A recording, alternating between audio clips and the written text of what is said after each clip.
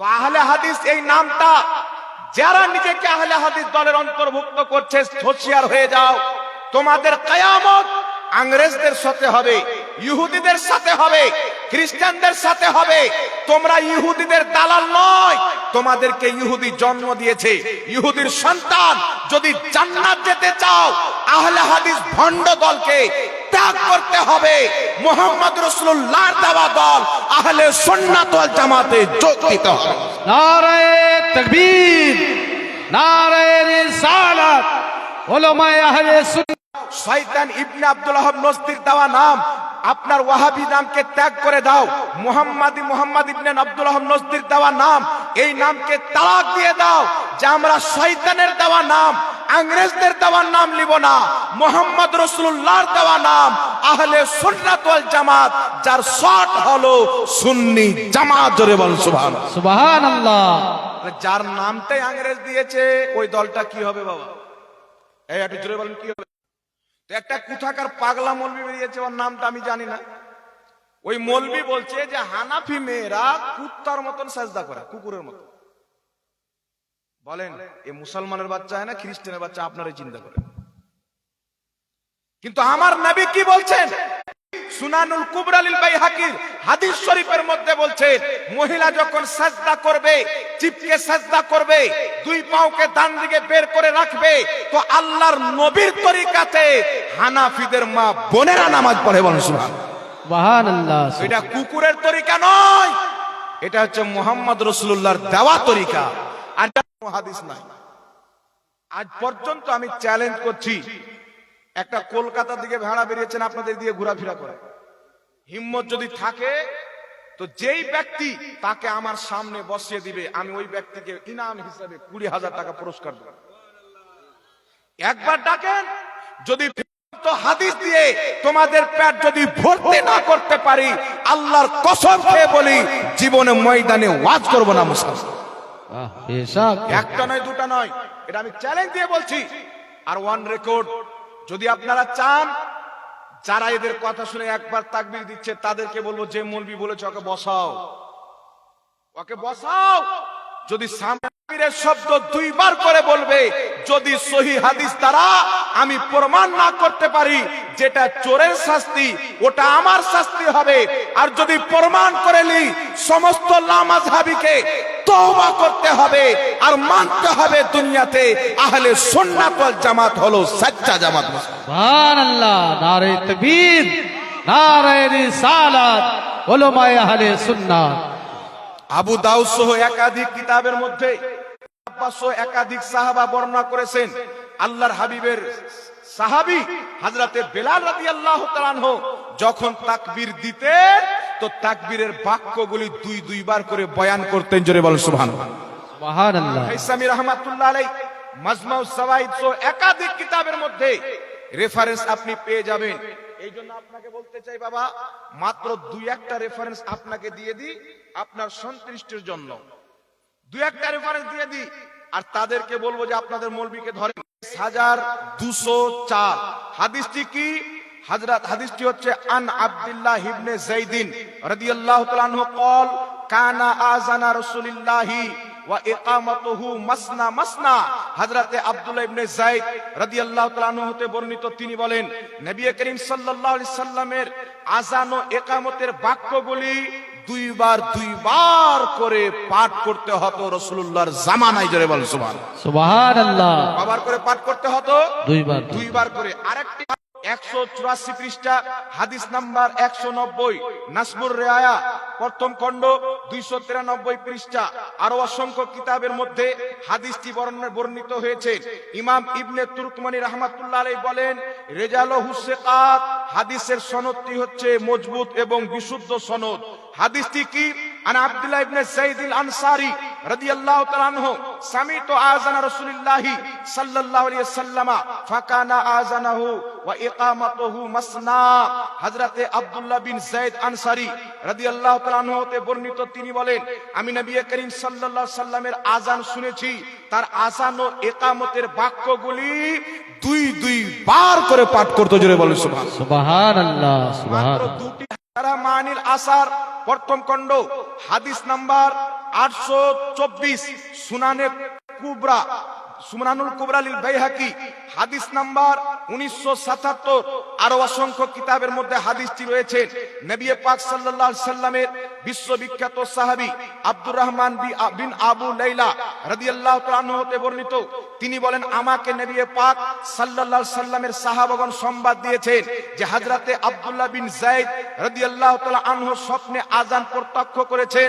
অতঃপর তিনি নবী করিম সাল্লাল্লাহু আলাইহি সাল্লামের দরবারে উপস্থিত হয়ে তা বর্ণনা করেন। তো নবী করিম সাল্লাল্লাহু আলাইহি সাল্লাম তাকে বলেন, বেলালকে আযান শিখিয়ে দাও। অতঃপর হযরতে বেলাল রাদিয়াল্লাহু তাআলা আনহু দাঁড়িয়ে দুই বার বাক্য পাঠ করে আযান দিয়েছেন এবং দুই বার বাক্য পাঠ করে ইকামত দিয়েছেন। জোরে বলুন। হাদিসের শব্দ কি?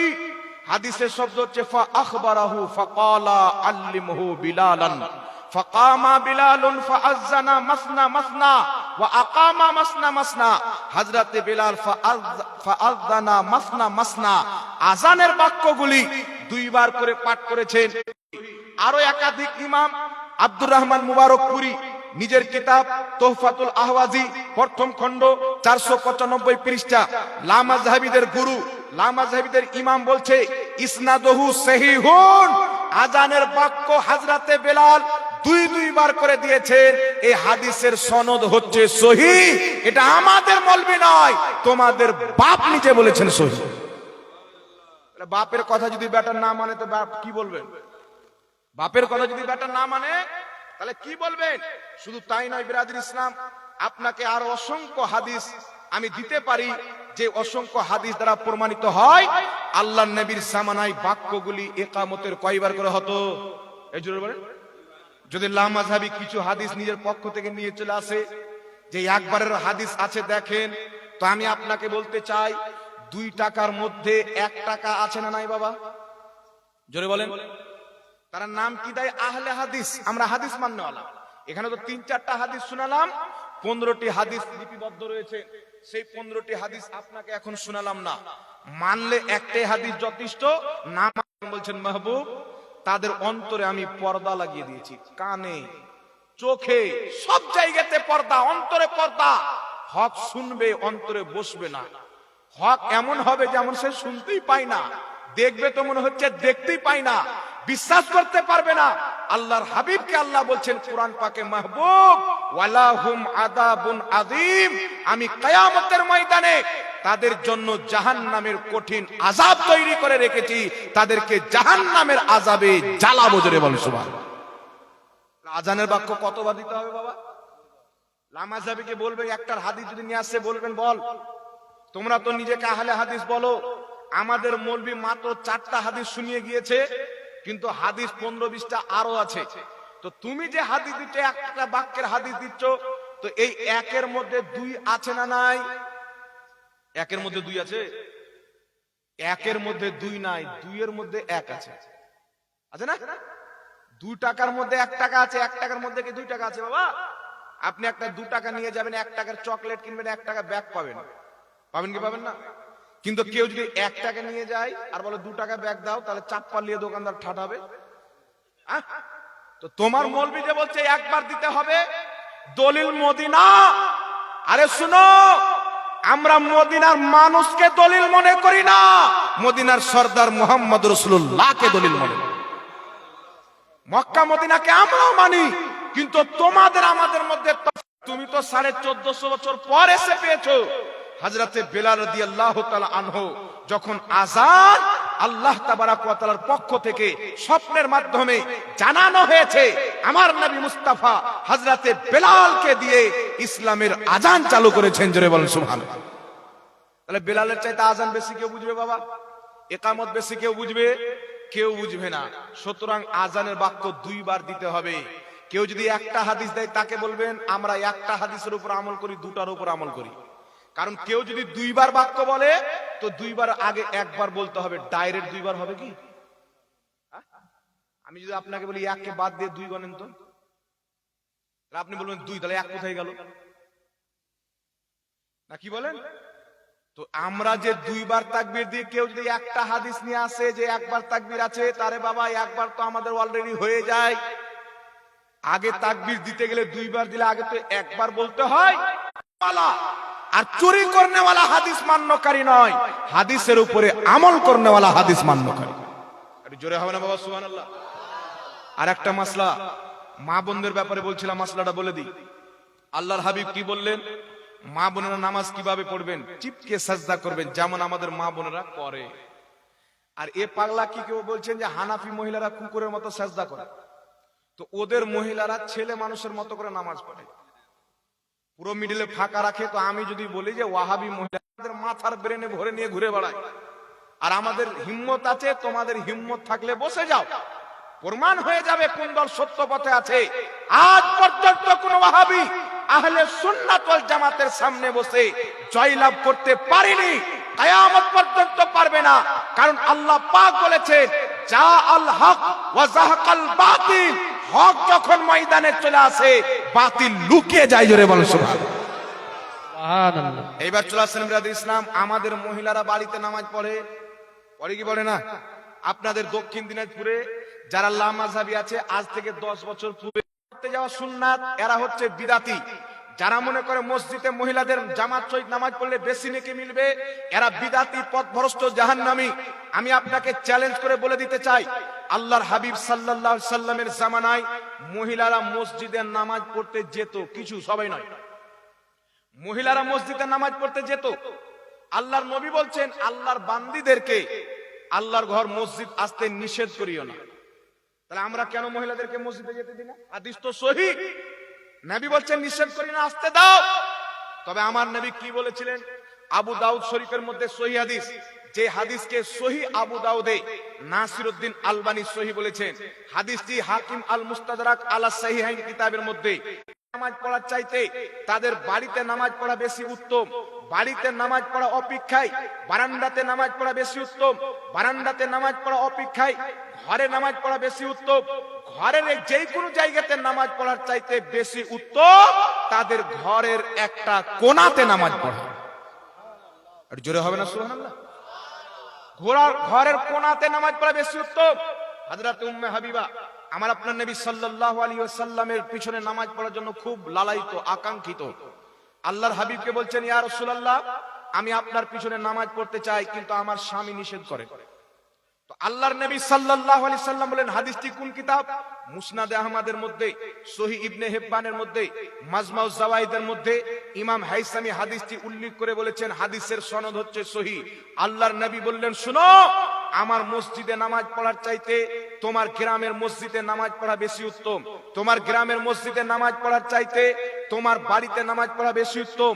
তোমার বাড়িতে নামাজ পড়ার চাইতে তোমার বাড়ির ঘরের একটা কোণাতে নামাজ পড়া সবচাইতে বেশি উত্তম। জোরে বল সুবহানাল্লাহ। হযরত উম্মে হাবিবা তিনার বাড়ির লোকজনকে বলে নিজের ঘরের একটা কোণাতে একটা জায়গা নির্ধারিত করলেন, যেটা অনেক অন্ধকার, কেউ বুঝতে পারবে না ছেলে মানুষ না মেয়ে মানুষ। উনি মরা পর্যন্ত, ইন্তেকাল হওয়া পর্যন্ত ঘরের ওই কোণাতে নামাজ পড়েছেন। সেখান থেকে তিনার। আর ভারতের মসজিদ কে তৈরি করেছেন? আমাদের মসজিদ আমরা করেছি, আপনাদের মসজিদ আপনারা করেছেন, তাই তো? আর লামাযহাবীদের মসজিদ আমেরিকার ফান্ডিং এ অনেকটা তৈরি হয়েছে, অনেকটা নিজে করেছে, অনেকটা ফান্ডিং এ করেছে। আচ্ছা বলেন, নবীর তৈরি করা মসজিদের মতো পৃথিবীর কোন মসজিদ হতে পারে বাবা? মাসলাটা ধ্যান দিয়ে শুনেলেন মা বোনেরা, আপনারা ভালো করে শুনেন। নবী আপনাদেরকে সুসংবাদ দিয়েছেন, নবী পাক আপনাদের জন্য সহজ করে দিয়েছেন। আল্লাহর নবীর মসজিদে কেউ যদি নামাজ পড়ে, সারা পৃথিবীর যে কোনো মসজিদে নামাজ পড়েন, বাবর বাদশার তৈরি করা মসজিদে নামাজ পড়েন, শাহজাহান বাদশার মসজিদে তৈরি করা নামাজ পড়েন, দিল্লি জামা মসজিদ, পৃথিবীর যে কোনো মসজিদে নামাজ পড়েন, সেই মসজিদে নামাজ পড়া অপেক্ষা মক্কাতে নামাজ পড়া সবচাইতে বেশি নেকি। আর মক্কার পরে সারা পৃথিবীর মসজিদের মধ্যে সবচাইতে বেশি নেকি হচ্ছে মুহাম্মদ রাসূলুল্লাহর তৈরি করা মসজিদে নববিতে নামাজ পড়া। জোরে বলুন সুবহানাল্লাহ। বাড়িতে নামাজ পড়া বেশি উত্তম। বাড়িতে নামাজ পড়া অপেক্ষা ঘরের একটা কোণাতে নামাজ পড়া বেশি উত্তম। তো বুঝা গেল, পৃথিবীর সমস্ত মহিলাতে যদি কোন মসজিদে কোন মহিলা নামাজ পড়ে, আর কোন মহিলা যদি তার ঘরের কোণাতে নামাজ পড়ে, আমার নবীর ফরমান মোতাবিক, নবীর হাদিস মোতাবিক, ওই মহিলার নামাজ সবচাইতে বেশি উত্তম যেই মহিলা নিজের ঘরের কোণাতে নামাজ পড়ে। মুসলমান তাহলে কি প্রমাণ হলো? শুরু শুরু ইসলামে মুসলমানদের সংখ্যা যেন বেশি হোক, মসজিদ যেন আবাদ হোক বলে শুধু যাই ছিল, নেকি বেশি ছিল না, বাড়িতে নামাজ পড়ার নেকি বেশি আমার নবী বলেছেন। আচ্ছা বলেন তো বাবা, আপনাদের গ্রামে এখানে আপনাকে একটা কাজ পাওয়া গেল, যে কাজটা করলে আপনি 20,000 টাকা মাসে বেতন পাবেন। লোক বলবে লোকটা পাগল, লোকটা গাধা। কেন? বলছে বাড়ির পাশে 20,000 ছেড়ে একই কাজ দিল্লিতে গিয়ে করছে, মা বোনকে ছেড়ে, বাচ্চা কাচ্চা ছেড়ে 10,000 টাকা।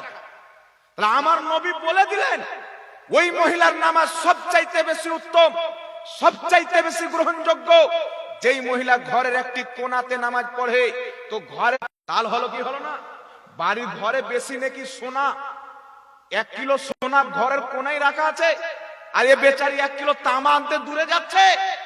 তাহলে মনে করতে হবে আর ব্রেন টাল মেরেছে। এই জন্য বাবা নবীর জামানায় যাই ছিল, কিন্তু নবী পাক পরে বলে দিলেন বাড়িতে নামাজ পড়ে মহিলারা মসজিদ ছাড়তে আরম্ভ করেছিলেন। হযরত উমর ফারুকের যখন জামানা আসলেন, হযরত উমর ফারুক রাদিয়াল্লাহু তাআলা আনহু বললেন আজ থেকে মহিলাদের মধ্যে হাদিস, মহিলারা নবীর স্ত্রী আম্মা জান আয়েশা সিদ্দিকা রাদিয়াল্লাহু তাআলা আনহার নিকটে গেলেন। যাওয়ার পরে বলছেন উম্মুল মুমিনিন, আল্লাহর হাবিব সাল্লাল্লাহু আলাইহি ওয়াসাল্লাম আমাদেরকে মসজিদ আসতে অনুমতি দিয়েছিলেন। হযরতে উমর ফারুক নবীর দ্বিতীয় খলিফা নিষেধ করে দিলেন। আপনি কি বলছেন? হযরতে মা আয়েশা সিদ্দিকা রাদিয়াল্লাহু তাআলা আনহা বললেন তোমাদের যা হুলিয়ে। এখন আপনারা বলেন হযরতে মা আয়েশা, হযরতে উমর ফারুক নবীর হাদিস বেশি বুঝে না আজকের মৌলবি বেশি বুঝে? জোরে বলেন, আজকের মৌলবি বেশি বুঝে না উমর ফারুক বেশি বুঝে? তো হযরত উমর ফারুক ব্যান করে দিলেন, হযরতে মা আয়েশা ব্যান করে দিলেন। এখন আপনারা বলেন সাহাবায়ে কেরামের জামানার মহিলাদের এই অবস্থা, মসজিদ ব্যান হয়ে গেল, তাহলে কিয়ামতের পূর্বে বর্তমান জামানাতে যুগটা ভালো হয়েছে না খারাপ হয়েছে বাবা? এই জন্য ফুকাহায়ে কেরাম ফতোয়া দিয়েছেন বর্তমানে মহিলাদের মসজিদ যাওয়া ইসলামী দৃষ্টিকোণ থেকে মাকরুহে তাহরিমি। এই জোরে বলেন দোয়া করি কিনা? ফরজ নামাজ আদায় করার পর